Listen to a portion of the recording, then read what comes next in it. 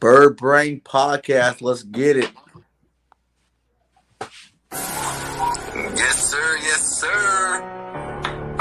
What's good? What's good? As y'all already know, this is the Brainz Podcast. We got my man BG31 in the building. Our guy, One Trey Rock. You know what I'm saying? And yours truly, Tone Dishills the second. Man, look, we appreciate y'all for locking down this live stream. Make sure y'all smash that like button. Really helps the content grow. Really helps everything get everywhere. It helps everyone see everything.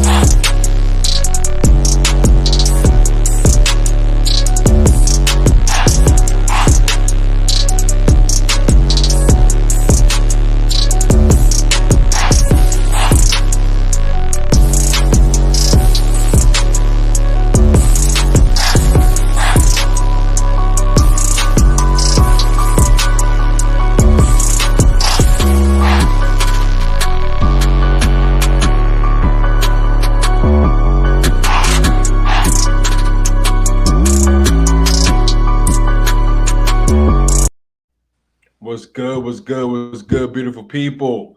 Look, y'all know what it is. It's the Bird Brains Podcast. I'm here joined with my brothers, BIRDGANG 31, One Trey Rock, and I am yours truly, Tone Dishills the second. We're coming at y'all live from BGN Sports Network, BIRDGANG 31, and Chalk It Up Sports. Appreciate all the love you guys are always showering us with. You guys always keep it spicy. You guys always keep the live chat just popping. Pop, lock, and dropping. Look, we taking it back on your early 2000s type vibes. You feel me? So look, y'all know how we're getting down. Y'all know we're going to get into. It's going to be hella conversations, hella debating, hella fire takes. The Bird Brains Podcast. We unhinged. So it's so much to discuss, man. I know the NFL offseason is it's considered to be the colder side of sports, but we've been seeing so many big deals getting thrown around. We've been seeing trades and free agent signings. The NFL draft is coming up. I think it's about 2 weeks away. So far, what's been on you guys' mind lately when it comes to the Philadelphia Eagles and everything y'all seen? Trey, you want to start? Yeah. All right, for me, so I see a lot of people even social media or in the comments, it's just like it's so negative right now, and I could kind of understand why. It's so negative, but at the same time, it's like I feel like we improved this team. You see? I mean, maybe not the improvements that everybody wanted, like a big name wide receiver or something like that, but we improved. We got two stud linebackers. I could call them studs because the dudes put in work in the NFL. We got two stud linebackers. I mean, we're going to need a safety, probably another corner. But, I mean, that's stuff you can really, patch up in the draft, or even it's still time to do trades and stuff like that. So let's just hold our horses a little bit with all the negativity, and let's just let it play out. I mean, screaming on like Jalen Hurts and Jalen Hurts already can't throw, and why we can't get him somebody to throw to. I'm like, bro, listen, it's all gonna work itself out. I promise you, it's gonna work itself out. And then once we get to training camp, stuff like that, and still not no improvements, then yeah, we got room to start crying and girling and stuff like that. But as of right now, just let it play out, man. That's all I got to say. Yeah, I think I agree with you. What about you, BG31? Hey, he pretty much nailed it on the head. Chill out. I know we wanted the big names. I know we wanted the big money players. You know what I'm saying? But you got to realize this is year 2 of these players in the same offense, same defense, same scheme. That alone will upgrade our team from last year. And we're talking about upgrading a team that was 9 and 8 last year. So, you know what I'm saying? Like, the development process alone will upgrade our team. On defense, we got Reddick. You know what I'm saying? That's a beast on that pass rushing side. We got White over there from San Diego. That's a linebacker that I really think people are sleeping on. That's going to be a big impact for our defense this year. We got Pascal. You know what I'm saying? Like, that's a sure-handed receiver, which our receiving core desperately needed over the last couple of years. So we do have pieces like One Trey said. We got pieces that might not be the flashiest pieces, but they definitely upgraded our team. You know what I'm saying? Like, let's see what we do in this draft. I was big on a lot of these big players coming to the Eagles, but it didn't happen. We just kind of got to be over it. You know what I'm saying? Because it is what it is. The team didn't get them. For whatever reason, they didn't get them. But guess what? We got 5 out of top 100 picks in this draft. You know what I'm saying? That could be possibly 5 new starters on our roster. You know what I'm saying? So everybody just need to relax, kick back, let Howie finish doing what he's doing, and let's see what happens after the draft and after the second wave of free agency. Yeah, I definitely see where you guys are coming from, especially given the fact that it's still very early. Technically, very early in the free agent process. I know a lot of weeks have passed, but a lot of people get signed post draft, right? And then this draft is going to help teams shake things out. So, since we're talking about the draft, since we're talking about improving this team, since we're talking about the whole wide receiver position and why we haven't gone after guys, Howie Roseman is clearly positioned his team to not only be prepared for the now, but be prepared for the future. Mm-hmm. And in doing so, the collateral damage is pressure on Jalen Hurts even more. I say that to say, Howie hasn't necessarily put that many pieces around him in this particular offseason to really give Jalen Hurts a fair shot at success. Jalen Hurts' success is what's vital at this point. If Jalen Hurts gets there, if Jalen Hurts is successful, Jalen Hurts will fast forward or fast track this team's window to getting back to the big dance, right? Mm-hmm. Now, we hosted a lot of young wide receivers at the facility today. I believe it was we hosted Jameson Williams a day or so ago. Chris Olave came, and based off of that, clearly they are looking at these wide receivers.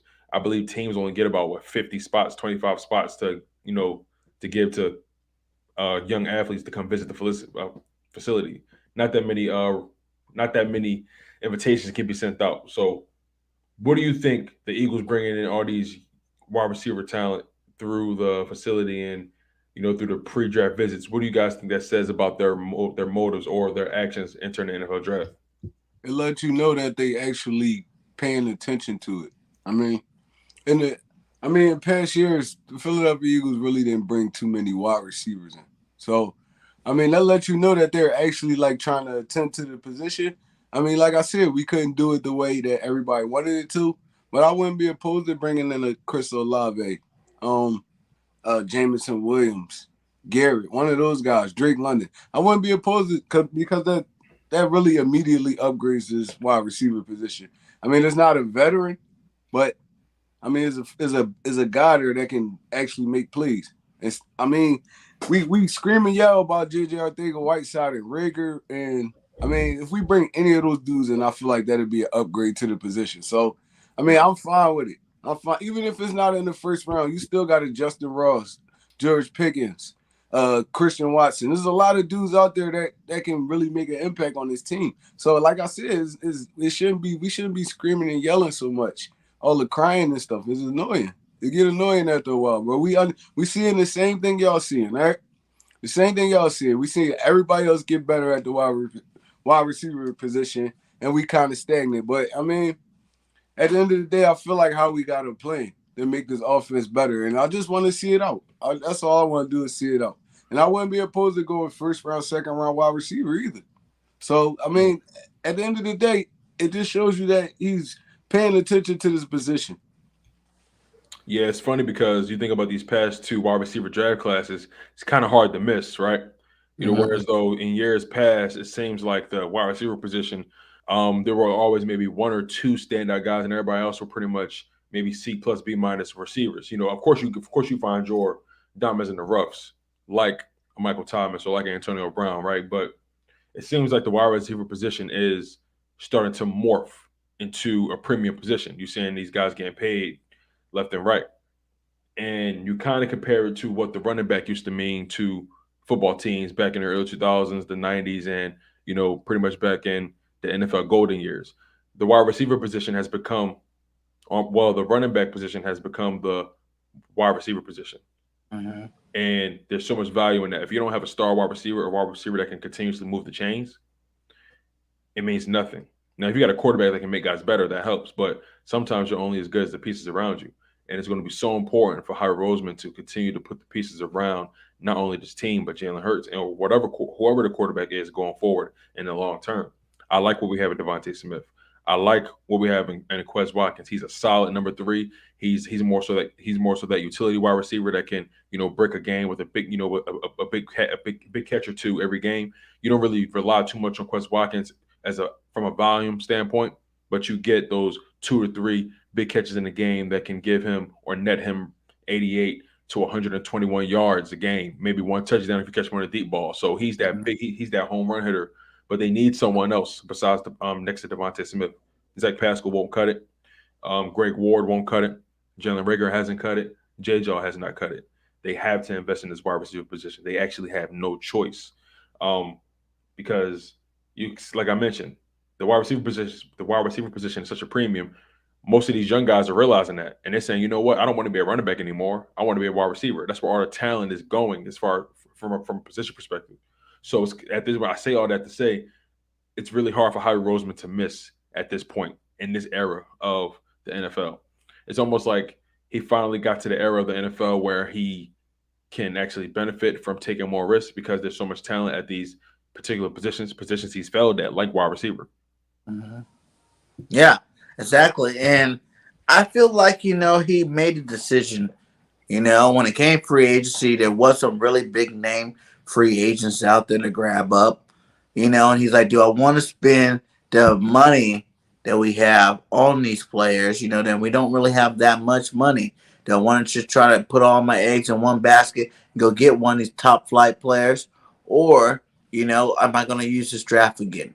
We worked out last year with Devontae Smith, a premium receiver in the league this year. We got so many, like he said, man, we can get a good receiver in the second round if we need to. We can get a good receiver in the third round if we need to. Like, this receiving class this year is absolutely deep. You know what I'm saying? You're talking about guys from like South Alabama, Jalen Tolbert. You know what I'm saying? This guy's a baller. You know what I'm saying? But he went to a small school, so he's not getting the draft hype that, most receivers are getting right now. But bringing in guys like Olave, Garrett Wilson, what I'm saying, caliber receivers at this level, Jameson Williams, that's do nothing but help our receiving core, But I think the biggest part of it is everybody wants the Eagles to develop, but they're not really sold on giving them the time to develop. You know what I'm saying? Like, you got to realize everybody went from ground zero last year when we started the season. And we still made the playoffs. We still, first round exit, whatever, but we still made the playoffs. We still had some good stats on the stat line. You know what I'm saying? Right. For a team with a new offensive head coach, a new defensive coach, new first-time quarterback, all this new plays that we're running on both sides of the ball. You know what I'm saying? Like I said earlier, the development of that is itself, of going into the same year, being familiar with the same situation, is going to make our team better. So we got a lot, especially on that offensive side of the ball. We had a lot of freaking young talent. You know what I'm saying? It's like the example I give you guys from, if you go back 2 years, you look at our offensive line. When all the big guys went down our offensive line, we had to throw in Driscoll. We had to go and throw in Herbert. They were trash, their first year. You know what I'm saying? They did all right, but they weren't as good as they were this last year passing. You know what I'm saying? But it shows the development and what a difference a year can make for a lot of these players. And when you're talking about guys like Devontae Smith, coming back into his second year in the same offense. You got Quez Watkins coming back in the second year of the same offense. Even Rager, if he can get out of his own way, coming back into a second year of his offense. Like, you already have a lot of young talent on the roster that, it's sometimes you just got to stop. I'm not going to go spend all this money on all these new players. I want to sit back, relax, and see what I actually got. Before I make these moves, I need to see what I got. Just like we say with Jalen Hurts, this is his year. This is a year for him to prove himself. You know what I'm saying? It's your second year in the same offense. Time for you to show us that you are a starting caliber quarterback. You got to do that with every single position on the roster. You know what I'm saying? You got to do that with the tight end. You got to do it with the receivers. The lineman's already proven it to you. Your defensive line, your linebackers, all this stuff. That's just continuous growth. And like the linebacker situation, we got 2 linebackers, so that's going to help out that situation. That was our main focal point that was wrong with our defense last year. And with the receivers, just like Quez Watkins, he took a nice jump from year 1 to year 2. To see him take another jump from year 2 to year 3, You're talking about a star receiver in the NFL. How many yards did he have last year? Like 700 yards, something like that. You He know, had just over 600, about 640, 660, something yeah, like that. close to 700 yards. You know what I'm saying? Like that's a lot of yards for a guy learning the system, learning his way through, get first year quarterback. You know what I'm saying? Now imagine that and kick it into the next drive. He's getting better this offseason. Jalen's getting better this offseason. All these guys coming back, getting better. That is already a pretty nice nucleus by itself. So going and adding one of these star receivers from college to the mix would definitely be an upgrade for us to the point where now we do have a formidable receiving core. Now we do got targets for Jalen Hurts to do it. You just gotta let him grow though, because I feel like you say we would have went out and got a Devontae Adams, and went out and got Allen Robinson, one of these guys, Christian Kirk, one of these guys. Guess what? You just done it.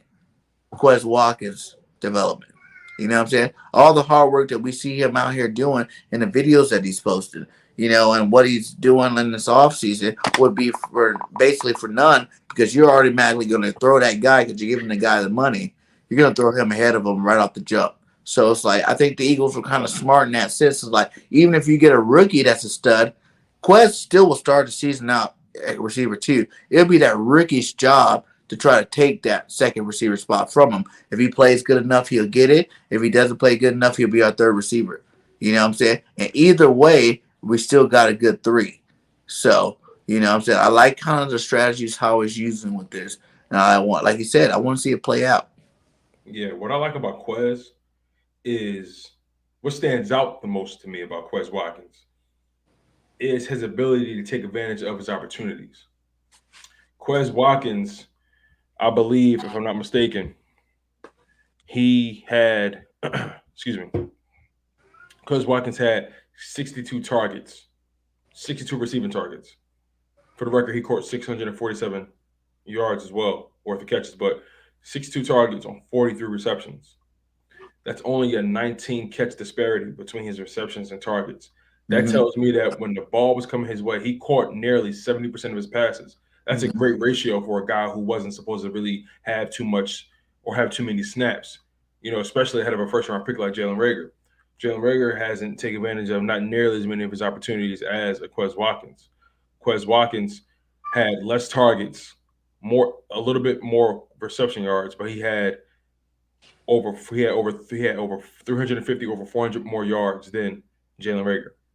That's unacceptable on Jalen Reagor's part. To put it in perspective, Quez Watkins averaged 15 yards a reception to Jalen Reagor's 9. Completely unacceptable. More targets and more catches. Yeah, exactly. More targets and slightly less catches, and that's what I mean. Quez Watkins took advantage of his opportunities. Reagor didn't. But the bottom line is you had the same amount of opportunities, if not more. That's the thing. You had the same amount, but you didn't take advantage. That just tells you that alone to me signifies work ethic on Quez Watkins' part for sure. I've been paying very close attention to Quez Watkins these past couple of years, and he's been approaching his off season like he can get cut tomorrow. He know where he got drafted, and he got that chip on his shoulder. So I believe Quez Watkins can actually improve significantly. He has the speed that you have to always respect. You know what I mean? He can, who knows, maybe he can break into the league and be the next DJ. You get what I'm saying?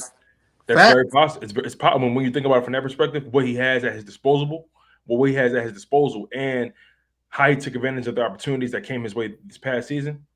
If this passing offense improves, he can potentially be a 1,000-yard receiver easily every year. Think about the drops this year alone. You know what I'm saying? Quez had some drops. He was learning phases this year. Like he could have had more yards this year. You know what I'm saying? Think about Jalen Hurts' development. You know what I'm saying? He could have got Quez more yards this year too as well. Like Quez could have been a 1,000-yard receiver this past fall. And let me mention this. And Trey Rock, I want your point of view on this. Quez Watkins had a better catch ratio than Devontae Smith this past season. A better catch ratio. Yeah. And he averaged a little more per catch. So you can make an argument that if he was given nearly the same amount of opportunities or targets rather, who's to say he probably wouldn't have eclipsed 1,000 yards? He was already averaging more per catch. Now Devontae wasn't far behind with averaging 14 yards per catch. Quez at 15, so they're pretty much neck and neck in that regard. But when it comes to the catch ratio, the catch percentage, every time that ball come your way, what's the percentage of you catching it? Quez had close to 70%. Whereas though Devontae was, I think, flirting around that 60 to 62 range percent. So, again, not saying Quez is better than Devontae. Devontae is clearly a much more polished, much more technical wide receiver. That's a fact. But Quez, he went from having less than 100 yards, less than 200 yards his rookie season, jumped all the way to over 600, like 640. So if you based off that trend, why can't Quez eclipse 1,000 if this passing offense improves? Why not? He has the speed, he has the tools. All he has to do is just continue to work on his technique and his route tree. Yeah, man. With the Quez Watkins thing, it's just more of getting the ball in his hands. It's like this year. Do you put that on coaching, or like who do you put that on? Because again, his completion ratio in terms of how when he gets the opportunities, he catching about 70% of his passes. So that's pretty great for a wide receiver. You catching like 7 out of 10 balls coming where you catching. That's a pretty good window of opportunity. So I think I would put that on coaching, right? As far as getting the ball in his hands. Yeah, I'll put it on coaching because you see Quez Watkins to take a simple screen pass 60, 70 yards. So, I mean, why wouldn't you want to get the ball in this dude's hands more often? I mean, really the reason his catch ratio is better than Devontae Smith is because Smith get targeted more. So, oh yeah, for sure.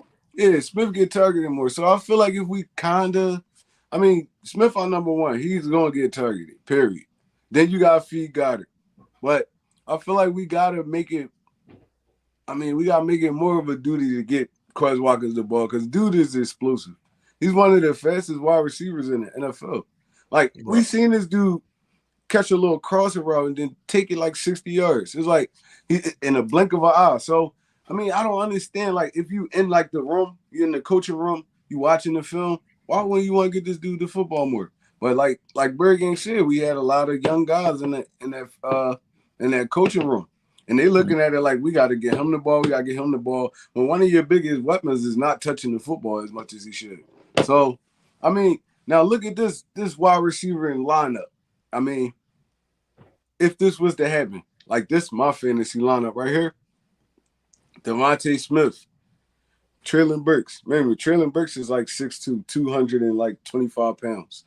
He would be a solid number 2 wide receiver. Yeah. And then you throw Quez in, probably at that slot, and you can rotate him and Devontae Smith. That'd be dangerous right there. With Goddard in that middle, and then you got Miles and Gainwell coming out the backfield. If you can't scheme up an offense around that, you shouldn't be in the NFL. So, that's why I be saying, man, it's like we got to get it do some time to grow, but some things are just obvious. Like you see Quez Watkins is explosive. Why not get this dude the football? I don't understand it. And even on Jalen Hurts' part, sometimes you gotta just throw it to these guys. Like get it in their hands and just let them go. Stop thinking so much. That's a quarterback, and that's kind of a quarterback and coaching problem because you never know. The play probably be schemed there, but the quarterback still got to throw the football too. So, I don't know. We got to get it together, bro. And I feel like we definitely need one of these. If it's not a young wide receiver, at least got to be a polished wide receiver. We can't go into the next season with this wide receiver core. You get me? We can't go. We're not going to scare anybody. Going. But if you think about it, it kind of even goes back to kind of like the D-Jax Macklin days. Like we know that Devontae Smith is a better, more polished receiver, but Quez Watkins could be the most explosive receiver on our team. You know what I'm saying? Like he has that big play now ability. Not saying Devontae don't, but we guarantee Devontae's on a break coverage. You can get those 10-yard slants, those 10-yard ends, those dig routes. You know what I'm saying? Like, but Quez that guy that we could take the top off of any defense with this guy. You know what I'm saying? Like if you scheme him open. Yeah, if you scheme him open. Like I said, like even with our receiving core now, like I don't 100% agree. I do believe we need to upgrade it. But at the same time, with the guys we got, the Pascal, the Quez, the believe it or not, Pascal is an upgrade because of JJ Whiteside's lack of production. And Quez, he's an upgrade because he can catch the ball. He only dropped 1 pass since he's been a pro. You know what I'm saying? Like we can't. There's no receiver on our roster right now that has that kind of pedigree. Period. That Devontae came in dropping passes. You know, Dallas Goddard dropped hella passes. You know, what's that dude name? Quest dropped a couple passes. You know, Rager's dropped some passes. So there's not guys on this roster that can be like, I've been in the league for 5 years. I dropped one pass.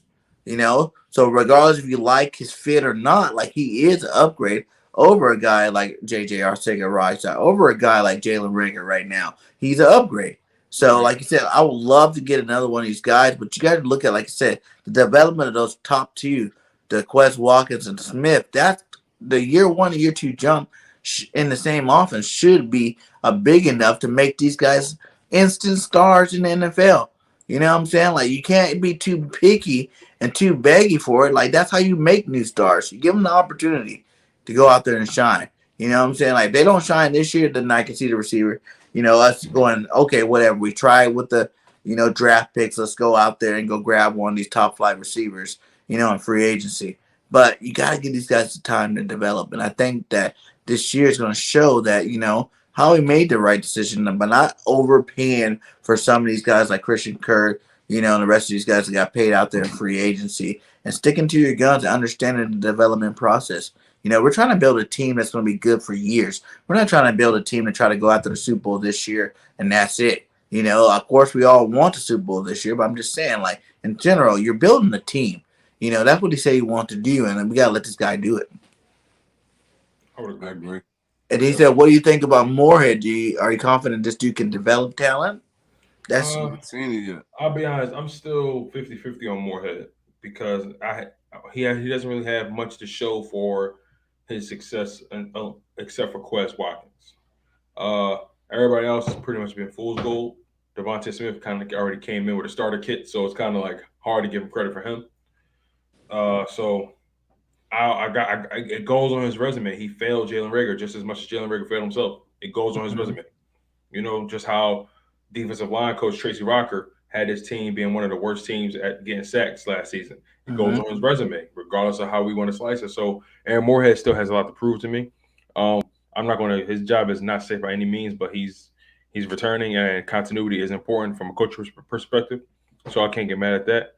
But what happens when we lose guys? We think about losing a coach to maintain continuity. We're losing a cornerback in Steven Nelson. We're going to lose some continuity at that starting cornerback position. So, we have guys like Tay Gowan, Kerry Vincent Jr., Zach McPherson, Mac McCain back there, Craig James. But who is most likely to be the starting cornerback opposite of Darius Slay? Will we draft a guy? For me, go ahead.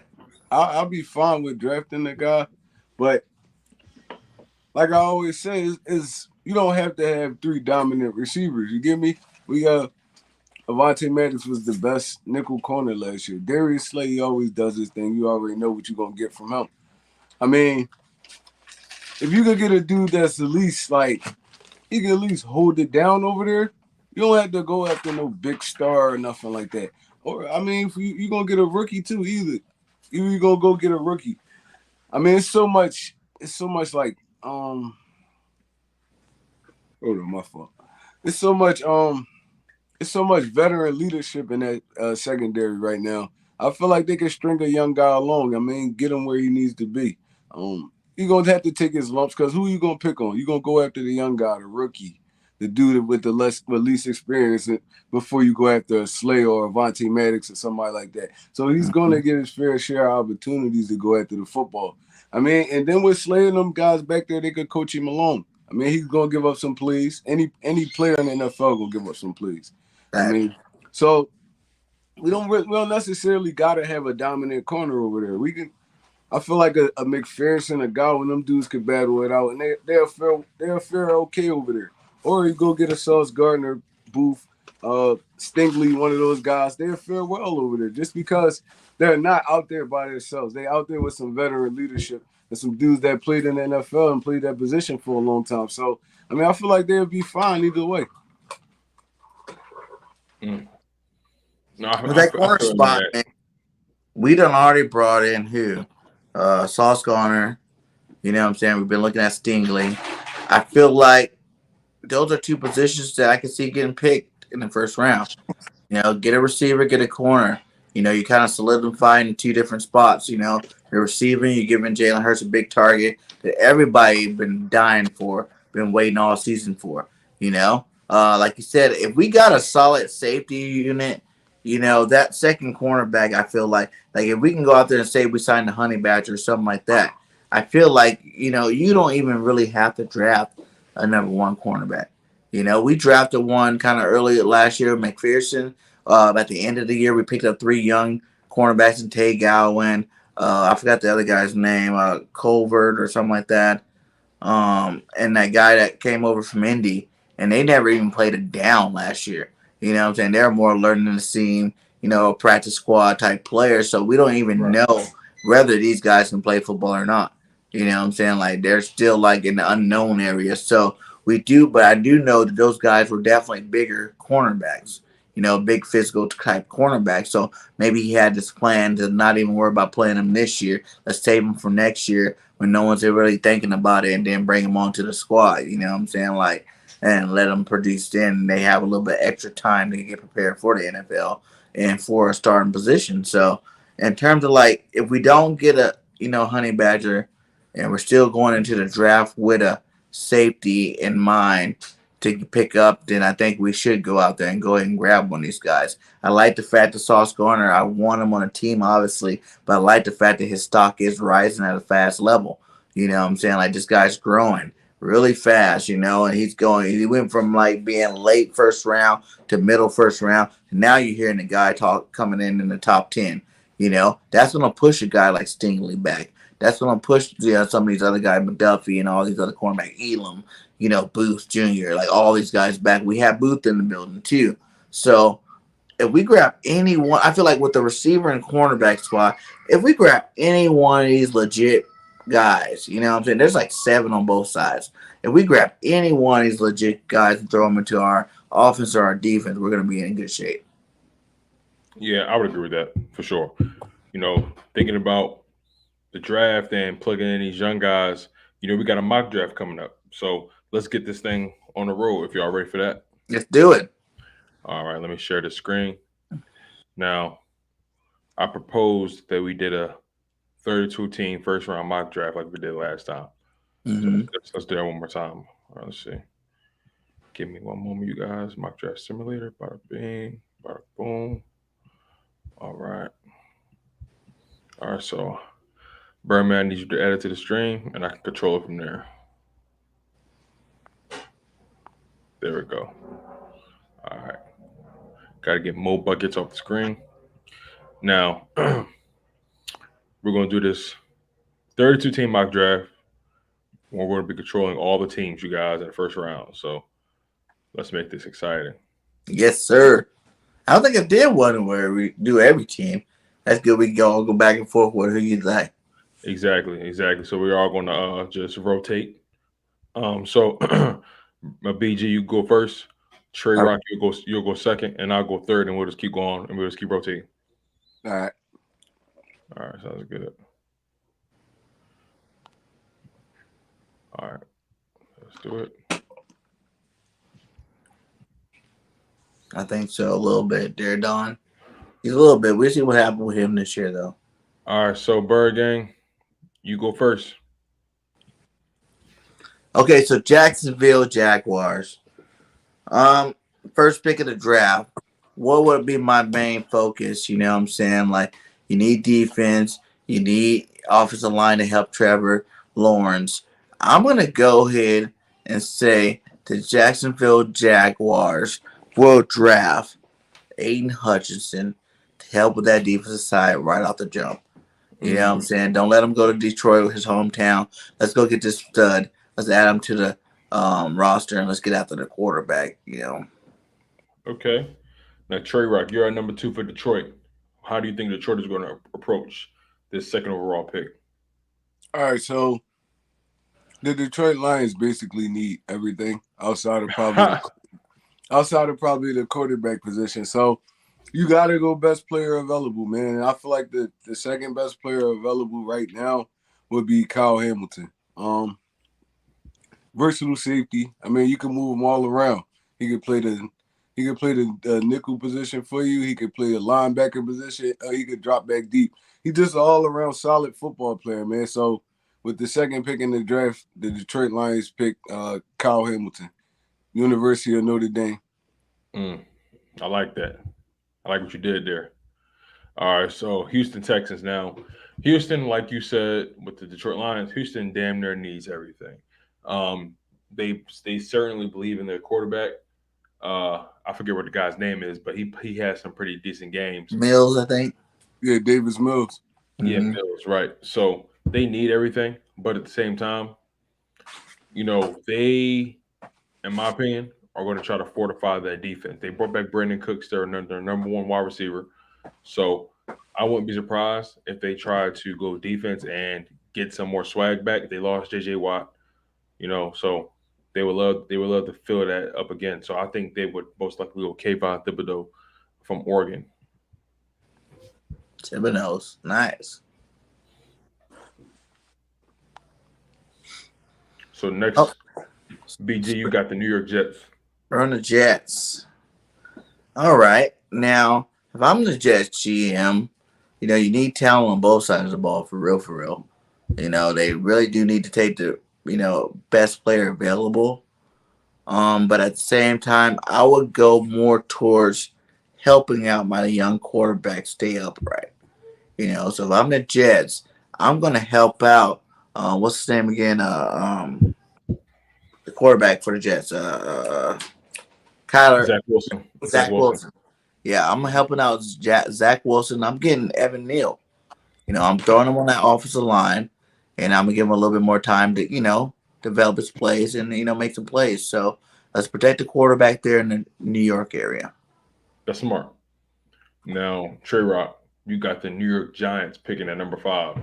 On the board, you have Malik Willis, Trayvon Walker, Ahmad Gardner, Ikem Ekwonu, offensive tackle, Jordan Davis, D tackle, Charles Cross, offensive tackle, Garrett Wilson at wide receiver, Jermaine Johnson at edge, Jameson Williams at wide receiver. You got options: Derek Stingley, George Karlaftis, Kenny Pickett, Matt Corral.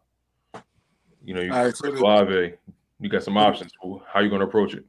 So the biggest need right now for the New York Giants is, I feel like, is offensive line. So, I mean, they've been having trouble protecting Daniel Jones for, I think, like the past 2 to 3 years.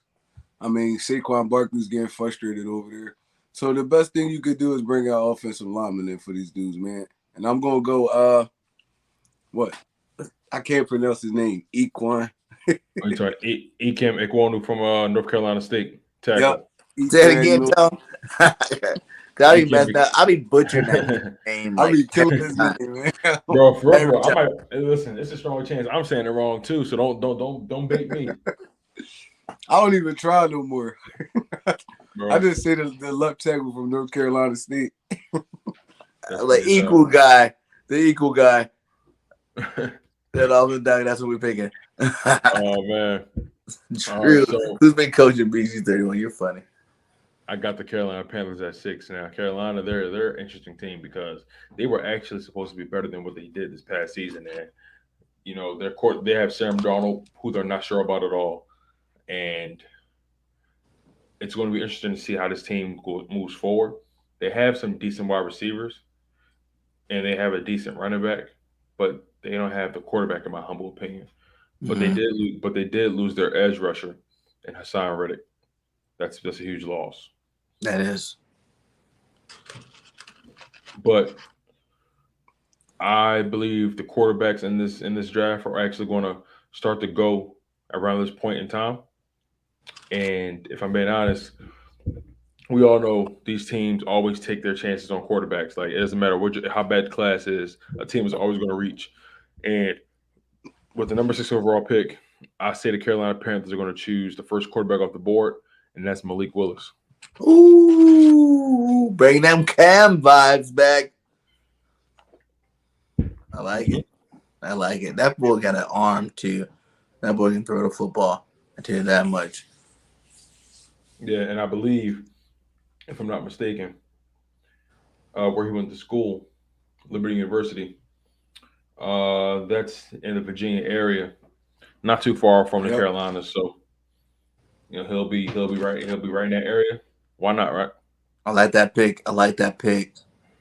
Now we're back on our Giants again, huh? Yep, BG, you got to choose Okay, show me that thing one more time.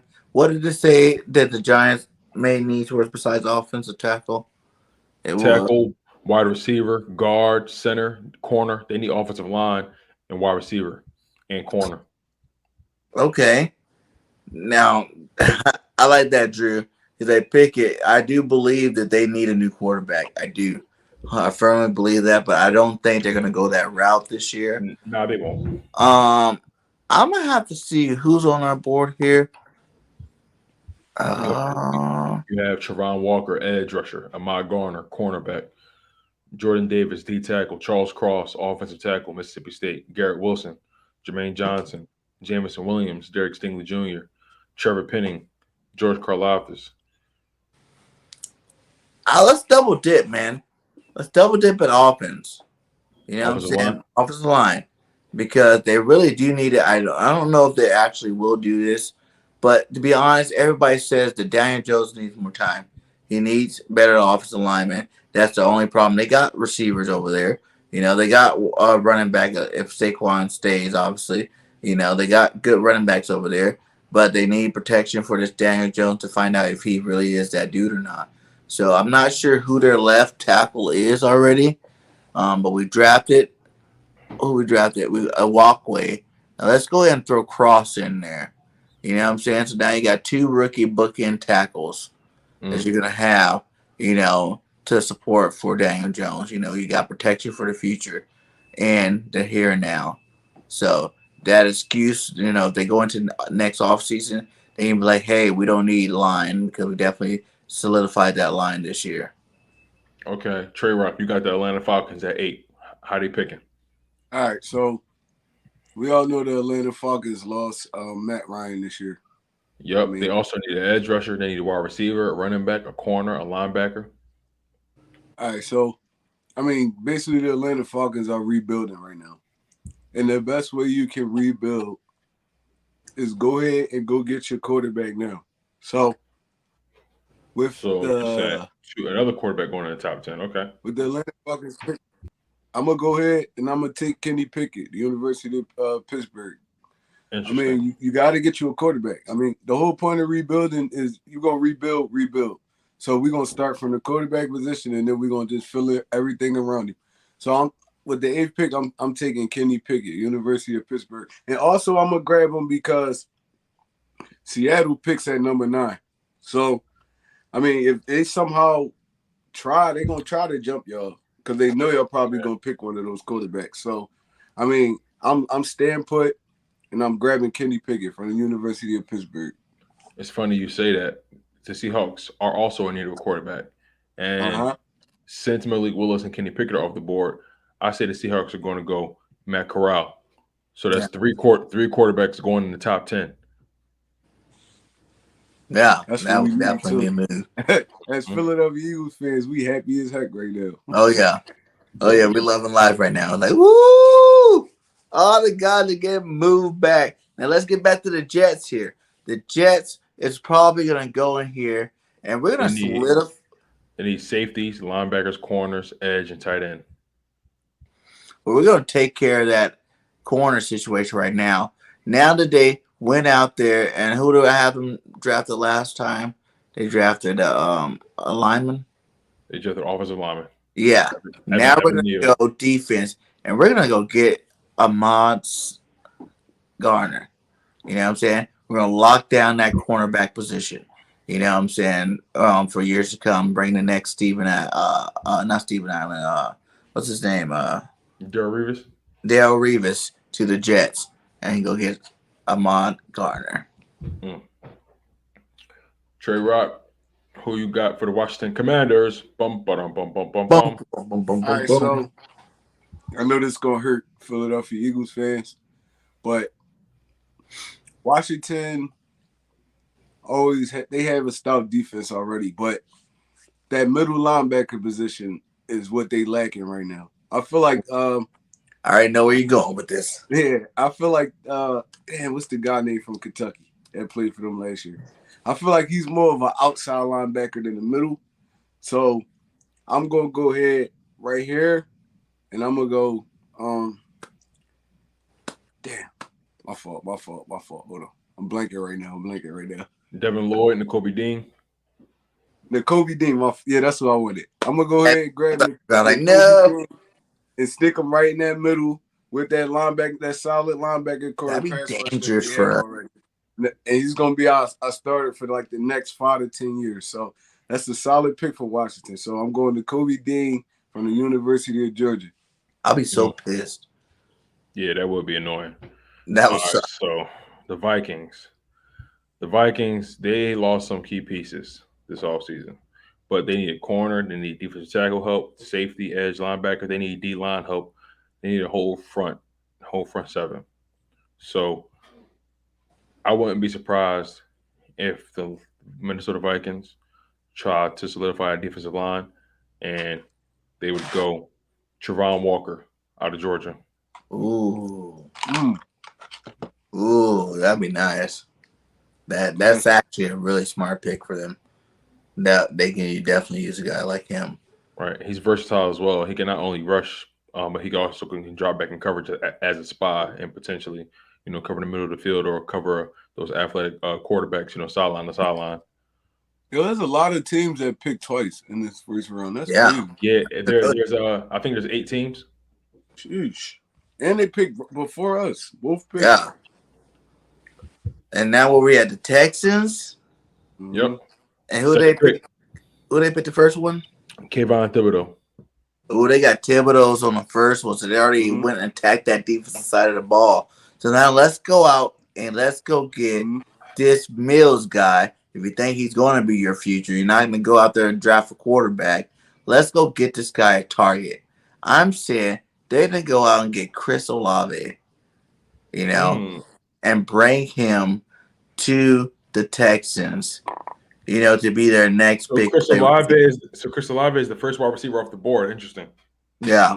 I know everybody like Garrett Wilson, Drake London, those guys, but I think Chris Olave will be a great addition to this Texan roster, in the building and a rebuild. So we bring him Chris Olave. All right, Trey Rock, you got the Ravens. They need offensive line help, DB help, defensive line help, and help at wide receiver. All right, so with the Ravens, the motto of the Baltimore Ravens is to get after the quarterback and play good defense in the secondary. So, I feel like they have a lot of solid pass rushers that can get after the quarterback. So now they're going to go in and attack that cornerback position. I'm taking Derek Stingley Jr. right here. Ooh. Trey just keeps gutting us. Think about it. Gutting us. I like Think that. about it in that defense, though. They already got Humphrey. They already got Humphreys on one side. Now you stick a Stingley on the other side. That's a solid defensive backcourt right there. Yeah, that's more than solid. That's nice. That's legit. Great right there. That's legit. Okay, so I'm picking for our Birds. Now, I feel like you don't want to waste too much time not attacking the defensive line. You can get your wide receiver a few picks later, maybe in the second round. I feel like if you're going to go any pick first, you got to solidify the trenches first and foremost. And the person I'm going with, I am going to bring in. Now, this is going to be interesting, you guys, because I can either go D tackle or D line. And yes, we need edge rushers. But when you have a guy like Jordan Davis right there, you can literally fortify the middle of the field for a decade. With Jordan Davis filling in for Fletcher Cox, you still got Javon Hargrave. You got Milton Williams who's going to take his game to another level. Marlon Tuipulotu, who the expectations are low, but I expect him to improve. So 15th overall pick, Philadelphia Eagles choose Jordan Davis, defensive tackle out of Georgia. I like him. I like that pick. BG, you got the Saints at pick 16. Saints, they're bringing back Jameson Williams, right? Or Winston for the quarterback. They need quarterback, tackle, safety, running back, wide receiver. I'm going to give him another target, man. I'm going to go here, and I'm going to go out, and I'm going to go grab a guy like Garrett Wilson.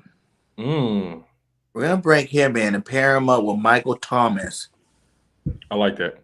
You know what I'm saying? Plus, he got a couple other, nice second and third receivers over there already, and Marquise and the other cats. So we're gonna go and get Garrett Wilson, pair him up with Michael Thomas, give Winston something to throw the ball to. I like that. All right, so Rock, you next. Chargers. Pick 17, the Chargers.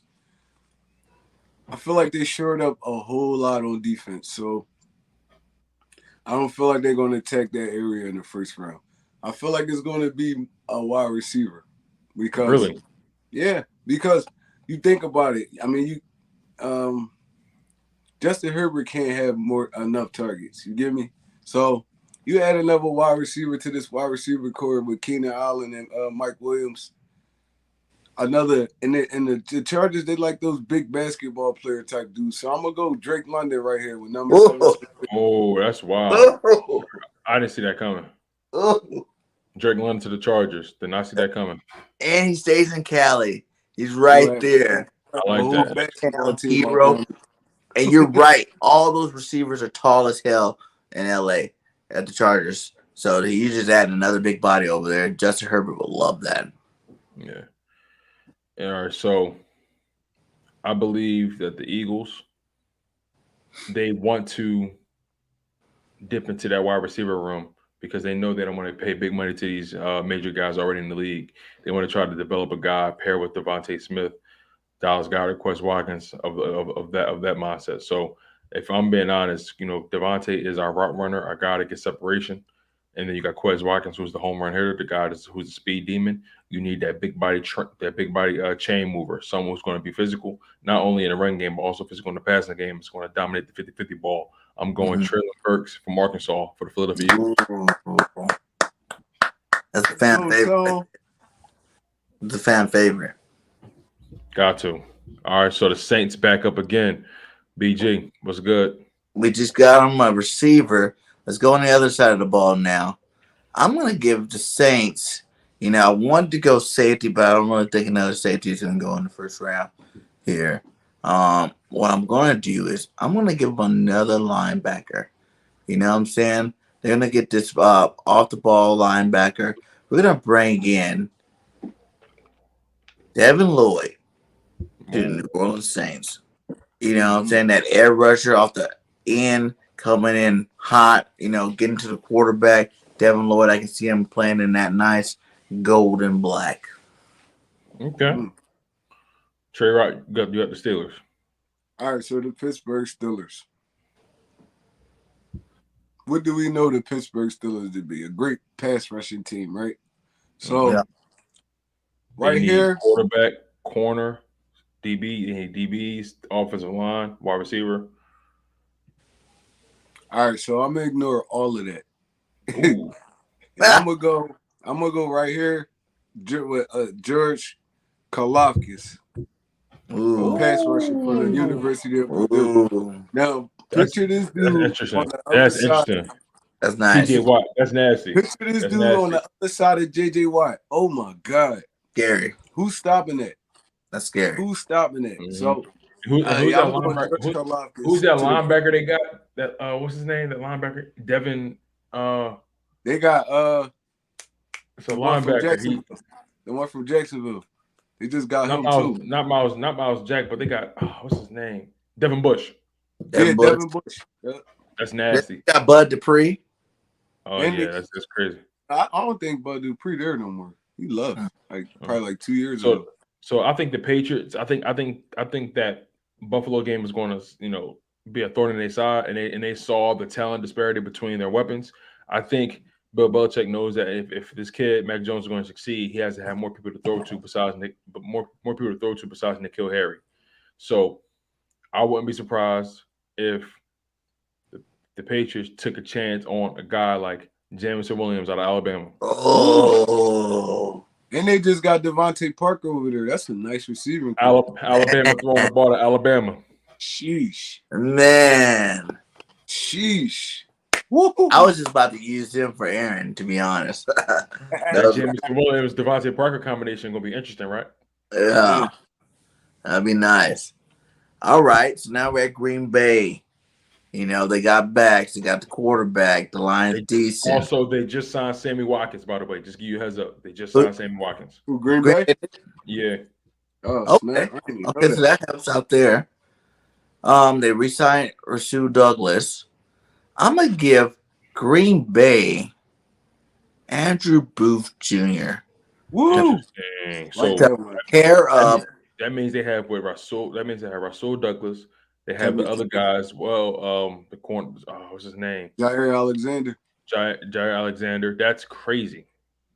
you're locking down everything on that outside So, now. so Andrew Booth Jr. is locked in. Yeah. Wow, that's interesting. All right. So the Arizona Cardinals, they are another team that's known for their great pass rush. So, Also, by the way, they just re-signed also AJ Green. all right, so they re-signed AJ Green. That's another reason why I make this pick right here. I'm going with Jermaine Johnson, Florida State edge rusher. Ooh. Now you add him with Xavier Collins. What's the other linebacker they got named? The one from Clemson. I know who you're talking about. I forget his name. Buda Baker? Well, yeah. Yep. All those dudes. They got 1 million pass rushers on the field now at all times. So, I mean, I feel like this is a solid pickup for the Arizona Cardinals. Now, I got a pick for the Cowboys. Ain't that something? So, if I'm being honest, I think the Cowboys. I guess up in here. They want to continue to lock down or had that same defense they had this past season. I wouldn't be surprised if the Cowboys go ahead and draft Kyra Elam out of Florida. Cornerback. Now they got Trevon Diggs, counterpart. They ain't got to worry about the cornerback position for the next 5 to 8 years. Ooh, I wouldn't like to be getting him either. That's my guy. I like Elam. That's my guy. What up, Philly Mike? Thanks for stopping by, my guy. Hey, I'm good. Let me just share this via YouTube real quick. Just to make sure. Hey, I'm good. Hey, sorry. Look, I appreciate y'all for inviting me on here, and let me see what y'all doing in the draft. But phone died, and it is what it is. Yeah, it is. I'm saying. It's all good, bro. It's all good. How you been? Kyrie Elam, man. Chilling. Why'd you do that? I'll be so mad. That's another pick. I think this is the second pick that I'll be really mad about. So let me give Philly Mike the rundown real quick. So we're doing a 32-team first round mock draft. But BG chose first, Trey Rock was second, I chose third, and we just kept rotating. But we got add you in as to finish it off as well. So far we got Aiden Hutchinson going to the Jags, Kyle Hamilton going to the Lions, Thibodeau going to the Texans, Evan Neal going to the Jets. Giants going offensive line 2 times in a row. Malik Willis to the Panthers. Kenny Pickett to the Falcons. Matt Corral to the Seahawks. Sauce Gardner Jets. Dean Washington Commanders. Bum. Javon Walker going to the Vikings. Chris Olave being paired up with Brandon Cooks in Houston to help Davis Mills. Ravens going corner with Derek Stingley. Eagles getting Jordan Davis at 15. Saints pairing Garrett Wilson with Michael Thomas. Drake London staying in Cali with the Chargers. Eagles going Traylon Burks at wide receiver. And then Devin Lloyd goes to the Saints. George Karlaftis, Pittsburgh. Jameson Williams, wide receiver, going to Patriots to pair up with Devontae Parker, give Mac Jones another weapon. That Alabama crime. Andrew Booth going to the Green Bay Packers, locking up that cornerback position all the way from the boundaries to the slot with Jair Alexander, Rasul Douglas. That's a crazy combo with Andrew Booth. Then Cardinals going Jermaine Johnson, and Cowboys going Kyra Elam. The Cowboys really wanted to snag somebody that kind of is in the twinkle of the Eagles. I ain't mad at the game though. They need. What happened to Kelvin Joseph, right? Boss man, fat, all that stuff they were talking last year, and they're going to draft another cornerback, knock it off. They not ready, but I'm happy about that. All right, so since I'm last, you can pick the next pick, Philly Mike. I chose Kyra Elam for the Cowboys, so you'll choose the Bills pick. So on the board. Oh, we doing the whole NFL draft. That's yeah. tough. Yeah. Ain't nobody ready to do that. That's very tough. We looking at the Buffalo Bills.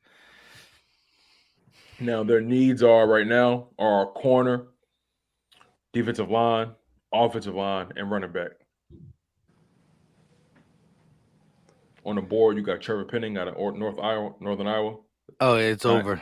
It's Zion over. Johnson. That's O tack. Is offensive tackle automatically going to be taken from the Buffalo Bills for the simple fact is this. Look, their defense has always been when you think of the Buffalo Bills, you think of their defense is tough, but now Right. they got an offense attack that can answer. Stephon Diggs got extended. Josh Allen is one of the top 3, 4, 5 quarterbacks in the game, according to the NFL. And so they about to come back with a vengeance, and they do have to protect Josh Allen. So I'm always gonna go O tackle, and I'm gonna do that for that pick. Trevor Penning. Got you. All right. So BG, you got the Tennessee Titans. They need right now. They need linebackers. They need offensive line. Well, they need linebackers, tight end, center, edge, corner.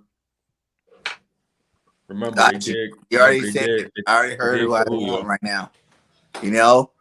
They do need center over there in Tennessee, and we know the best lineman in the draft right now. This is the time he's coming off the board. You're gonna give him Tyler Linderbaum. Go in there to help block and make some of them holes for the King Henry over there. Okay. King Trey Henry. Trey Rock, you got the Bucks. All right, so with Tom Brady coming back, I feel like the Bucks offense still gonna be solid. They still gonna be able to move the football. So they not. I feel like they need corner more than anything. Because I mean, is Carlton Davis still there? I'm not sure. Did he move on? Or he stayed with Tampa Bay. I'm not entirely sure, but regardless, That's a good question. Their pass defense has always been skeptical. All right, so we're gonna go ahead and try to shore that up with Trent McDuffie from the University. Trent McDuffie over here at 27. That's crazy because the Eagles been linked to him at like 15 or 18, like crazy. Yeah. The only thing that scared me about Trent McDuffie is his height. He like 5'10". So give him that 5 and 10 and a half, 11. Give him 5'11", but they got to boost the height up, but he really probably like 5'10". So, but yo, he one of the guys who can mirror. Like he's like, if you want to, he's a mirror type corner. I'm not saying going to translate to the NFL and be a mirror to the best of the best, but I was pooping on him too. Like last week, started doing my due diligence. I think, oh man, I can't poop as much no more. But yeah, he reminds me of kind of the what's the guy that played in Miami for all them years? Not Cortland Finnegan, the other one. Oh, you talking about Xavier Howard? Not Howard either. He was like a 5'10" type dude, but he used to lock receivers down. You talking about not Byron Maxwell. I know you're talking about. Damn. Shit. I can't remember his name. It's gonna pop up in my head as soon as we done. Watch. But he kind of reminds me of one of those guys. He feel like more of a slot nickel type dude than me though. I feel like they gonna stick him in the nickel and just let him play that third, that whoever get up in that slot. So Trent McDuffie to the Tampa Bay Buccaneers for me. Nice. All right, so I got Green Bay's pick at 28. Now, last time Green Bay was on the board, they went Andrew Booth Jr. I think Green Bay, they need to do their due diligence and they need to replenish that wide receiver position. Some wide receivers. I know they signed Sammy Watkins, but they will dip a wide receiver again. And to be honest, if they want somebody that's a physical specimen, I see Green Bay going to North Dakota State to get their quarterback in Christian Watson. Yep. Ooh. I like it. Christian Watson. He being in North Dakota weather.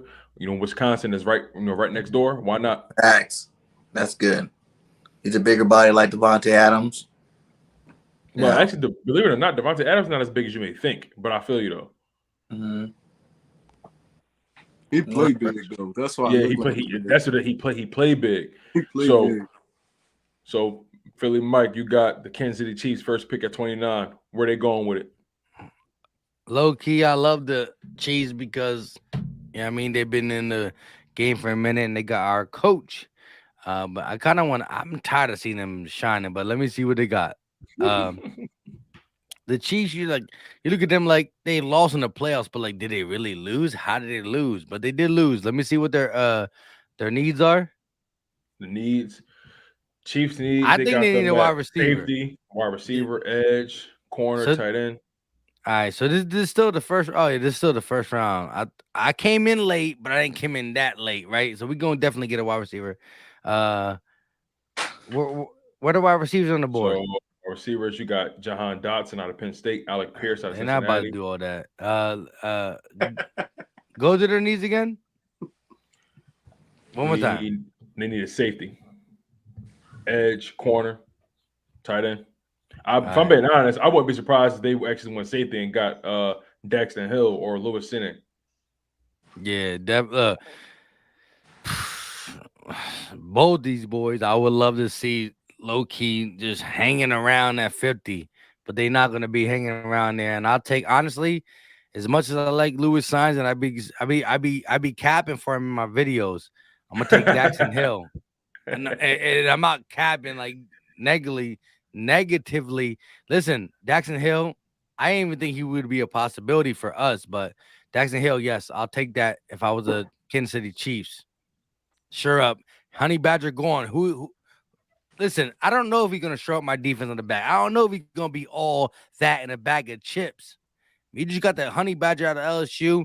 He came Right. from Arizona, the Texans, the Kansas City. And listen, I know you wanna equate Kansas City Chiefs winning streak with Pat Mahomes, but hey, the Honey Badger was there.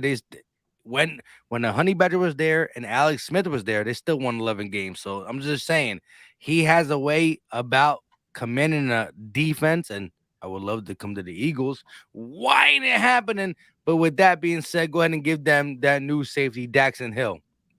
Got it. Got it. Now, BG, you up. You got the Chiefs. Second Chiefs, pick at 30. I Chiefs still going want Tyron back to Matthews though. back. They're Yeah, going back to back. How are the Chiefs when it comes to the offensive line right now? I know they got their tackles. What are their needs again? Do they need an offensive lineman? So safety, wide receiver, edge, corner, tight end. But you can never have too many offensive linemen, in my opinion. They just went back to back. Like they drafted and traded for two of them. Like I think they're Right. good. Yeah, so For that's a good linemen? point. That what you said? They yeah. I mean, they did everything in their power to make sure that offensive line is decent. Listen, Andy Reid's the coach though. You never offensive line is always on his mind. Right. You know what? I see his name right there. I see his name right there. We're going Devontae Wyatt. Yo, I was thinking it. I'm Going glad you did it. A I'm City. so glad you did it. I'm so glad you did it. I was thinking it, bro. Ooh, much love was- to you, I Shine, man. Sorry to I cut was you thinking short. it. Shout out to you for the $50 super set. Gentlemen, I need all four of y'all, Trojaneer, answer a question for me. Do all you truly feel we definitely need a receiver in the first round? I pray we get a cornerback, DT, edge, safety before even peaking at receiver. Hopefully, Eagles trade for a veteran. Y'all remember the turmoil cornerback? I don't think we need one in the first round. We I don't don't need think- it. We don't need it. But if we go, I wouldn't be mad. I wouldn't be Because mad. I wouldn't be mad. I would not be mad at a receiver in the first round. But Hey, like no, you no, said, my man dropped $50, so we all gonna answer it thoroughly. Everyone, go ahead and first of all, instead of us jumping in front of each other, because the wife is about to call me downstairs as soon as I thought I can get free. But anyways, we're gonna all answer this. Go ahead, start with BIRDGANG. Go ahead, do your thing. I'm not trying to run this thing, but for these No, you're bucks, you good, gotta you're give good, the best yeah. respect. Go ahead, BG. Go ahead, do. yeah, like I said, like I wouldn't be mad if we don't. Like obviously, I got my favorite, Drake London. I think we need a big body receiver. I would love to go after a guy like Drake London in that first round. I like Alec Burke too, but I like Drake a little bit more. Do we need to do it? No, because like we've seen, there's going to be guys. I don't think all these receivers are going to go to first round for real in real life. I think that some of these guys would slip a little bit, so we could get one of these guys in the second round, like a Watson in the second round. You know what I'm saying? It's possible. So Yeah, we don't need to do it because I like our receiving core, and I think that they're definitely going to Devontae Smith and Quez Watkins definitely are going to upgrade this year, and they're going to be a lot better receivers, and they're going to be like star receivers in this league. But yeah, man. Either way, like we don't have to jump out and get them. I can see us filling other needs before that. But if we do, we do. We don't, we don't. All right, go ahead. One Trey Rock in the building. Yes, sir. But for me, it's like, I mean, we got 2 picks in the first round. We could go defense, wide receiver. It really don't matter how we spend it as long as we get 2 quality players in the first round. So I wouldn't be opposed to Howie Roseman and them going probably Jordan Davis and then a wide receiver, or we could even go Jordan Davis and probably a linebacker or a corner. It don't matter. Like I feel like either way we're going to improve this team with these 2 picks. So I mean I wouldn't be opposed to going wide receiver in the first round, to be honest. Yeah, I'm gonna have to agree. I'm not opposed to going wide receiver at all, just because, you know, I feel like those first handful of guys are surefire. It just depends on which situation they get into. But I feel like we definitely need some talent. Besides next to Devontae Smith, I don't know if we don't make a move for a wide receiver in the first round on day one of the NFL draft, then don't put too much stock into it after that. But I think we should make a move for a wide receiver. Go either go edge or D line, regardless who's there first, Jordan Davis or whatever edge rusher you like. But got to go D line first, then go wide receiver after the fact. All right, can you But take that thing down so I can see my face when I talk, my guy? Look, hey, look. At the end of the day, look. I've been one of the content creators said for a long time, no, no, no, no, no at wide receiver. I'm starting to think that wide receiver is not just a possibility, but it might be like what the Eagles are looking at. But let me just say this real quick to you, Aishan. I agree, bro. We need a lot of pieces on the defense. And when I look at the offense, I see, forget Jalen Hurts, right? Forget the quarterback. We see still a young running back. We still see left tackle, left guard look type young, tight end look young. Wide receivers definitely look young, whether they're good or bad. We'll talk about that when it really gets to it, right? Quez, second year, give good credit. Devontae being all he can do. And Rager, yeah, we should have shipped him off, but it is what it is. When you look at the defense, everybody who's good, Fletch, old, BG, old. Not you, BG. You're Mm-hmm. older than me, but you're not old. You know what I mean? I love you to death. You look at Anthony Harris, still kind of older.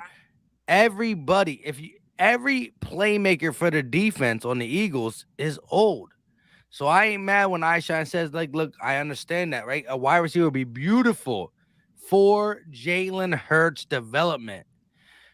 But listen, if Jalen Hurts get that development wide receiver and Jalen Hurts looks good, but our defense looks way worse, and then once these guys eventually age out, I'm talking about 2 years from now, where's the youth? We have a heavy draft that is favors the defense. We have a draft that we have capital for the second and third and fourth and fourth and fifth, and you might be able to snag them low key ballers. Maybe you're wrong, maybe you're right. I don't know, but what I'm saying is this: cornerback, we lost one, we got one. He's 31. Nice. I love him. I'll extend him for 2 years. But what are we really doing? Safety. We lost our veteran. Now we got Anthony Harris, who we started. Marcus Epps. I do think he's a hard hitting big boy. I mean, he gonna play as hard as he can play, but let's be honest. Our defensive squad is old, or they might be new, but they're new for a reason because they're not really starters. So Mm-hmm. let's not act like, okay, Hassan Reddick, cool. Kaiser White, cool. But the whole D line, the people who really made their name are old.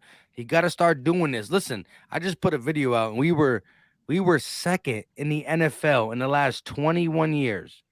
We're talking about 21 years. Pittsburgh's first, Eagles second. I don't give a bleep who's third, but I remember it was Rams.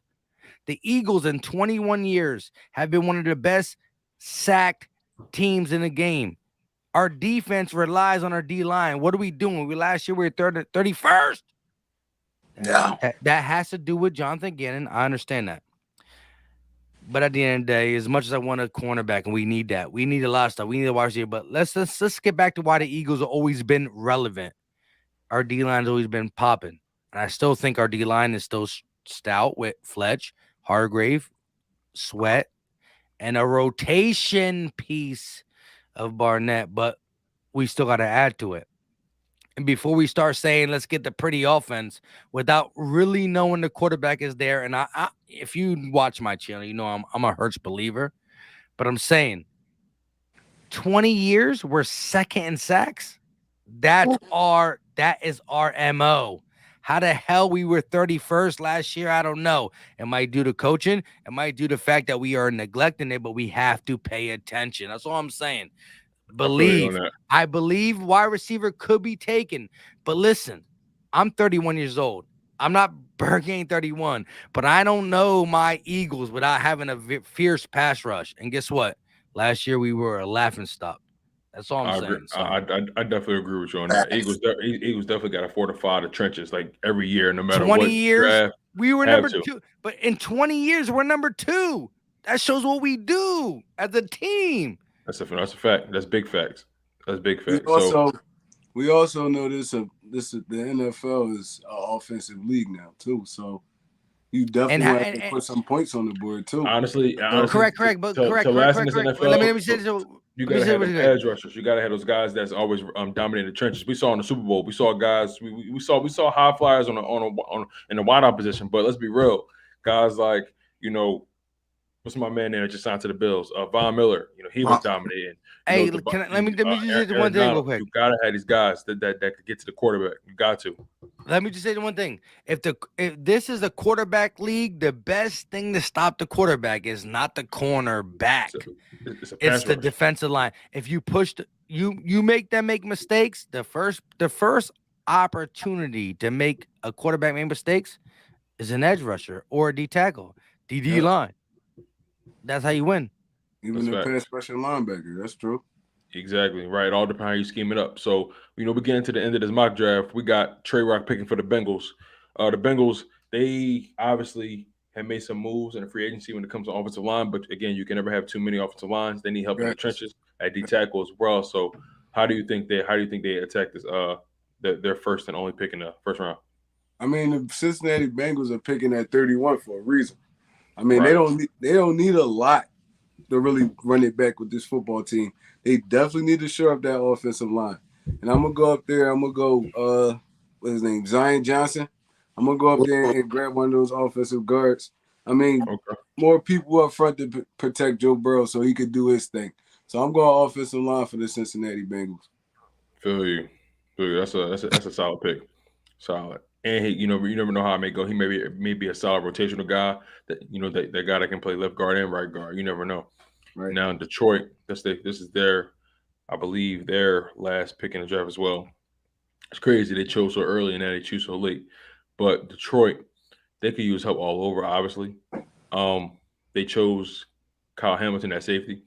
I definitely see them going defense again and shoring up that defensive line. So I wouldn't be surprised if they decided to go D tackle Perion Winfrey out of Oklahoma. Ooh. Mm-hmm. Yeah. Interesting. All right. So these are the results. Aiden Hutchinson, Jags, Kyle Hamilton, Lions, Kayvon Thibodeau, Evan Neal, Ikem Ekwonu, New York Giants, he offensive tackle, Malik Willis, going to the Panthers, Charles Cross, Giants, Kenny Pickett, Falcons, Matt Corral, Seahawks, Sauce Gardner, Jets, N'Kobe Dean, Washington Commanders, Trevon Walker, Minnesota Vikings. I think that's a really, really underrated pick for them. Chris Olave, I like that combination with Brandon Cooks. They're going to have some speed and some guys that can get separation. Yeah. Derek Stingley going to Baltimore. That's fitting. Jordan Davis shoring up the defensive line for the Eagles. Going to be that perennial guy that should get at least 10 sacks a year if you use him correctly. He's also going to dominate in the run defense as well. Garrett Wilson going to the Saints. Drake London, Stan Cali at the Chargers. Traylon Burks helping Devontae Smith out the wide receiver position. Devin Lloyd to the Saints. George Karlaftis to the Pittsburgh Steelers. Jamison Williams to the New England Patriots. Andrew Booth. Green Bay. Jermaine Johnson. Arizona Cardinals. Kyra Elam. Cowboys. Trevor Penning. Buffalo Bills. Tyler Linderbaum. Tennessee Titans, Trent McDuffie, Buccaneers, Christian Watson at wide receiver for the Green Bay Packers, Daxton Hill at safety for Kansas City Chiefs to replace the Honey Badger, Devontae Wyatt, also helping on defensive line, which will help their run defense, Zion Johnson, Bengals, and Perion Winfrey, Detroit Lions. I think we need to post this draft to see what people think about it. Because I see a lot of things that I feel like really can happen in this one. You know, for sure. For sure. Some things are like, well, maybe if they went that route, but like, me going Giants to offensive linemen, like the Giants need offensive line, period. They do, but they're stupid. But will they go double dip in it? That's what I would do. BG, I agree with you. That's what I would do if I was them. They need to just talk to Andy Reid for one day. Anyways, look, I don't want them to because that's why they've been bad for a long time, right? Listen, we've been bad for 1 year and we back. They've been bad for like 8 years and let them be what they are. But let me ask you this, guys, before I get off. And I know I ain't do the whole thing with you guys, but let me ask you guys this though. 15-18. If this was my podcast, let me ask you guys, what would you do if you, in a perfect world, if you were picking 15 and 18? What will be your two choices? Just before I get up out of here. BG, go first. 15-18. To be honest, man, I'm going Nakobe Dean if he's there. I'm going out the middle linebacker until we can have 3 new fresh linebackers out there, and help. That I feel like that was one of our biggest weaknesses on our defense. Last year was the linebacker position, and that'll help your secondary, and it'll also help your defensive linemen out in terms of getting to the pass rushers. To get into the quarterback. And then at 18, I'm getting a receiver, man. If none of, but really, if Drake London's not there, if Wilson's not there, if Olave's not there, and Williams is not there, then I'm going cornerback. So if one of them there, you're taking one of them. Taking them. I take Drake London. If it was ideal world, it'd be Dean and London for me. All right, and if London wasn't there, if it was Burks, Wilson, if it was Burks or Olave, who you taking, Burks or Olave? Jamison Williams.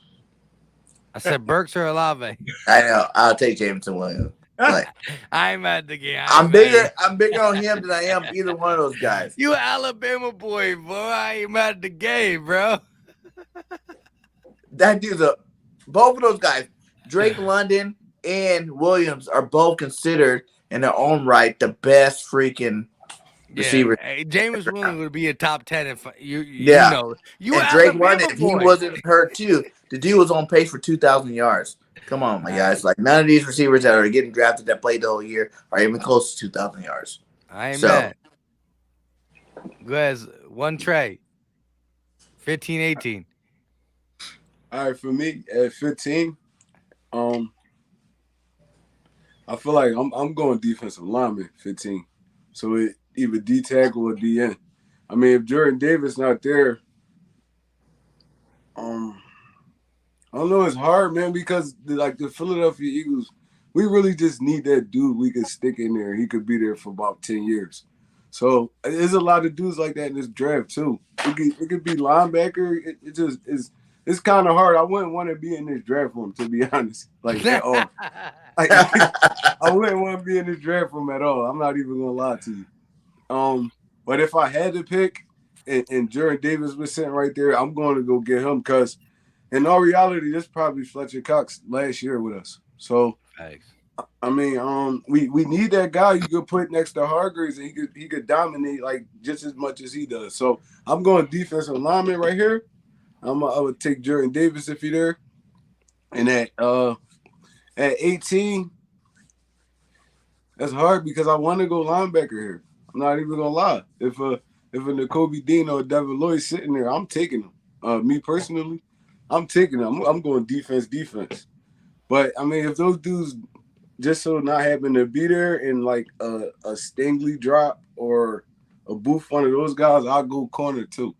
So like I said, I wouldn't want to be in this draft room at all. It's tough. It's tough. It's tough. I feel you on that.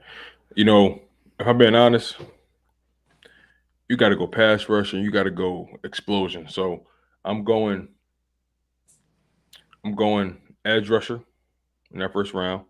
What's Pick his 15, name? pick, What's his name? pick 15. No, no, If no, I'm, no, no. What's his I ain't, I, name? ain't, I got you. I got you. It's I hard. got you. It's hard. It's hard. No, it is. But I'm not gonna lie to you. I'm gonna go on my gut instinct. I'm going Jermaine Johnson at 15. I'm going I ain't Traylon mad. Burks. I ain't I'm mad. going. Traylon Burks at at 18. Okay. I D like line. the Jermaine Johnson pick. I ain't even gonna lie. And listen, I'm not telling you guys who I want. No, you got to do it No, now. I'm you just Yeah, kidding. you I'm gotta gonna tell you. I'm gonna that- tell you. I'm gonna tell you. I'm Like, gonna tell you. I'm now gonna you tell you. gotta gotta go. tell us, I- Mike. Come on, Mike. I'm just kidding. I'm just kidding. But real talk, look, bro. If I'm thinking Howie Roseman, as 500 says, calculation, all that stuff. Look, I'm moving up to 11. I'm gonna snag Stingley. That's just my. I think he'd be around there, right? 10, Right. 11. I take Stingley, right? So I'm gonna drop back in the mid 20s. Mid 20s. I still think Jermaine Johnson gonna be there, right? If not him, Arnold Ebiketie. I think you can still get that corner and that edge rusher, right? If it's not Jermaine Johnson, and Jermaine Johnson, I think Jermaine Johnson can go top 10 or top 15. It's just been like crazy difference with his name just floating around. But listen, I think look, Ahmad Garner should be the number one corner off the board. Mm-hmm. But I think Stingley gonna have a better NFL career. You heard it here first. If I'm wrong, I'm wrong. I'm just Well, a I guy. do believe Stingley's a better cornerback out of the two. I think he had down season last year or whatever, but I still think he is the better overall cornerback out of everybody in this draft. And that is why I exactly said Saul should be the first one off the board. But in the end of the game, it's gonna be like, whoa. I'll move up for Stingley if he starts starting flirting with 10, 11. I would, and I'll bounce back. And I'm not saying Jermaine Johnson will be there. All right, if Jermaine Johnson's not there, well, then I start looking at the look. I know, I just made a whole video. Like, we can't be 31st in pass rush ever again, bro. 21 years of Ever. excellence. I'm talking about. Listen, I just dropped the video, and I know you guys probably seen the thing on Twitter and all that. In the last 21 years, we are second in the NFL to Pittsburgh in sacks. Means the Philadelphia Eagles know how to get to the quarterback. For 21 years. I'm only 31, bro. I was 10 years old last time we weren't getting sacks the way we were, bro. At the end of the day, you need pass rush. You always need that got to be a point of emphasis. But because our back end is so bad, I feel like if the Eagles are thinking that we still got a pass rush that can present, if Jonathan Gannon just does what he needs to do and stop being a little punk. I mean, I'll go Stingley, and then I'll go back, and then if I'm going back, I'll take the safety because the Eagles' defense hasn't been the real defense without safety. It was Dawkins, good defense. Wait, hold Jenkins, on. good defense. How you go this whole hour talking about pass rush and you choose two DBs? That's how bad our DBs are. Like, hold up. I just keep that though, Tom. Yo, He was screaming about you heard he said he was trying to spin. Yo, he was trying to spin y'all. He was trying to spin y'all. With the 51st pick, we get the please God defensive end. You know what I mean? No, listen. Listen. Look, real talk. All right, look, I don't think Sting's gonna be there. Listen, what I think the Eagles gonna do, they're gonna get Devontae Wyatt at 15. That's what I really feel they're gonna do. I respect it. But to be honest, doing it, and I'm moving up for Stingley. I'm dropping back, and then if I'm dropping back, I'm gonna take a safety. I'm not at 18. Because I moved up for Stingley, I'm not picking till like late first, early second, mid first, whatever you. I mean, mid second, late first. My bad. And so with that being said, I'll take one of the safeties. Sign Brisker. I'll take one of them boys. Penn State boy. Why not? And even though we got like a lot of older guys in that defensive line, you got to follow the money too. You know what I'm saying? We got a lot of money tied into that defensive line. You know, you got the Hargraves, you got the Fletcher Costs, you No, got the Milton Williams, the BGs, the Josh Sweats. You know what I'm saying? We brought back Barnett. So as much as we all really want the Eagles to go ahead and get that pass rusher, we just brought Reddick in. Reddick is a pass rusher. You know, as much as we want them all to get this pass rusher that we think can go, you know, I the think wide, yeah, we might not do it. I agree. Listen, Not do I it. think they know how important it is. Again, the person who made this chart of the Eagles being second in the NFL in the last 20 years, maybe it's somebody else media team doing it, but I think the Eagles showing it like, bro, we've been there. We know how to do it. We're going to get it done. And the Eagles can draft bloody boo blah out of the third round. And guess what? You know, when you with these boys, you start, listen, Josh Sweat was a fourth round pick. Ain't nobody believed in him. And I look at him.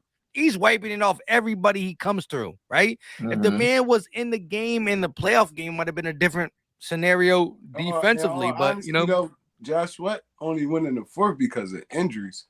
He was Back. he was slated to be a late first, early second rounder. To be honest, Josh is a beast. well, thank you, Howie. Yeah. how he got a steal right there. I ain't even gonna lie. So what about Jabo in a second? Down with that. I'm down with it. I mean, he gonna have the red shirt a year, but I'm down with it. But I don't really want to use second. Tone. I ain't jacking that. Sorry. You're not Well, getting no problem, Tone. I'd much rather go. What's the boy name? DeMarvin Leal in a second if he fall. All right, wait.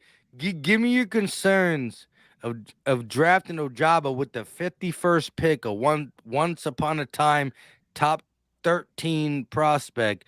You pick him with the 51st pick, and you know you have the complications. Give me the reason why you won't risk it. I mean, I don't have a good enough reason. It's just the fact that Sidney injury Jones? scares me. So we've had our history with second rounders with those Achilles, and I get nervous about it, man. Like, it's one thing to tear your ACL, but the Achilles, what if he ain't got that same burst? It's all reasonable. Yeah, it's true. You know? And the thing for me is like even like with the receivers with Wilson and Olave, like when you got two guys playing the same position at such a high level, it's like what happens if you put one of these guys where they have to be the stud by themselves? Like, are they gonna really produce at that high level like before? You know what I'm saying? Like, you know, you got Hutchinson's going early first round. You had Ojabos going in the first round. They played opposite of each other. You got Olave and whatever. You know, I know how you see Waddle and Devontae Smith. They both came out and they both did good the first year. But I'm just saying, like, it's not always the fact that like usually one's taking pressure off the other one. That's the reason why the other one's having such a productive year. You know what I'm saying? Like Hutchinson's going number 1 to number 5. You know, this year. So is that really Ojabo being so great, or is just because he was doing so much of the one-on-one stuff because Hutchinson was getting double teamed so much? That's the reason why he has comparable numbers to get him into that first round. Let me just say this though, like again, like this is us talking as like you're right. We're comparing numbers. When you start to compare numbers, you start saying two great players on the same team. Who was the more impactful player? And this is why teams pay dollars to scouts to say this. Okay, I understand, right? Hutchinson on this side, Ajabo was on the side. Ajabo did eat from Agent Hutchinson, but let me look at his one-on-one matchups, and that's when they break it down, right? And so they're gonna tell bloody boo blah blah blah blah blah that listen, it doesn't matter. Look, listen, low key, Ojabo got somewhat of this shaded to him and blah blah blah. I'm not the one who be doing it, but I'm telling you, somebody is saying in other people's ear, listen, this is not $1 billion industry for no reason, right? And the scouts get paid handsomely. So they're telling them, look, Ojabo is raw, but look at it, right? The fierce this, that, and look, yes, look, and the burst and the spin. Now he can learn much more than this, blah, blah, blah, blah, blah, blah, blah, blah, blah, blah, blah, blah, right? I don't know. But I'm telling you, they take what we see on tape and then they break it down even better than we can do it, right? No matter what we watch on tape, these guys are being paid thousands of dollars to break it down even a little bit more. How quick is his first step, second step? Look, he takes a second back. Look, he keeps twitching his right arm. Got to fix that, but it's fixable, blah, blah, blah, blah, blah. And so everybody's wrong because when you break, first of all, if you break down a bad player, you're still going to break down and say they got good traits, good traits. Draft him off the good traits, but overall he's a bad player. Well, you're right.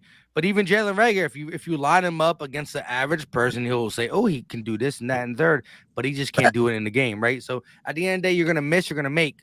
But the scouts break it down in that type of way, and it shows like, okay, so what are we looking at, right? This is what we're at, right? We need that guy who can do this, that, and there.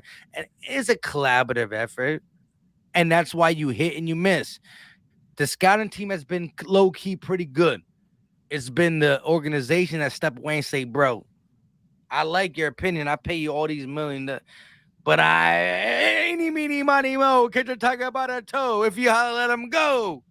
That's see how we do that all the time, bro. We got to stop doing that, though. But listen, the scouting report be legit because they said Justin Jefferson pick him. He said, no, I want REAGOR. They said, and the scouting report mentioned DK. I'm not telling you they said DK. No, they didn't, because the injury scare was real. But they mentioned these guys, and it is what it is. So Howie got to be, and again, Howie, I can yell him all day, but if we're going off last year, he got better. So I ain't trying to kill somebody who's already tied to my organization for 3 years. Why kill him? I'm going to chill and say, don't do it to me, though. Last year was pretty good. I'm going to give him the benefit of the doubt. It's disgusting to say it sometimes, but you know what I mean? He made up for it last year. Did he not? Mm-hmm. I see what you're saying. So, it's definitely going to be interesting to see how this thing pan out, especially with the draft only being 2 weeks away. So, my man, Mike, we definitely appreciate you for popping on the show, man, giving us your input and your insight on what's been going on, my guy, because so much of this I'm stuff about to be in trouble. And yes, sir. Yeah, me too. That's why I'm gonna try and get off. But but nonetheless, though, man, truly appreciate you, my man. Trey Rock always holding it down for us. BG31. Make sure you guys like, comment, and subscribe, man. Make sure you guys go lock in on the Philly Talk podcast. As you already know, my man is doing big things over there. Go lock in on BIRDGANG Sports Network, BGN Sports Network. One Trey Rock is growing that channel as well. I'm growing Chalk It Up Sports. A lot of us doing a lot of different things, and it's vital that each one teach one, and everybody continue to support everybody and just keep that community steady building, steady arising. But you guys, we're gonna close this show out. Y'all know my man Mike is sauced to the max, and and BG, hit us with that outro music, my guy. Let's get it. Appreciate y'all. Yes, sir. Yes, sir. What's good? As y'all already know, this is the Brainz podcast. We got my man BG31 in the building. Our guy, One Trey Rock. You know what I'm saying? And yours truly, Tone Dishes II. Man, look, we appreciate y'all for locking down this live stream. Make sure y'all smash that like button. Really helps the content grow. Really helps y'all.